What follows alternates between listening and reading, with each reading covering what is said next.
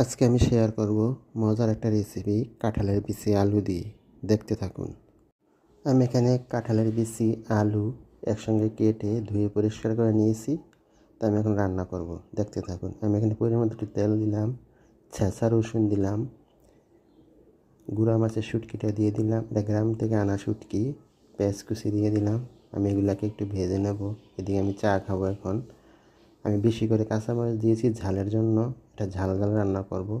আমি পরিমাণ মতো বেশি করে একটু পানি দিয়ে দিলাম কষানোর সময়। আমি আর পানি দেবো না। এখন পরিমাণ মতো হলুদ লবণ দিয়ে দিলাম, মরিচ। আমি এটাতে ঝোল দেবো না।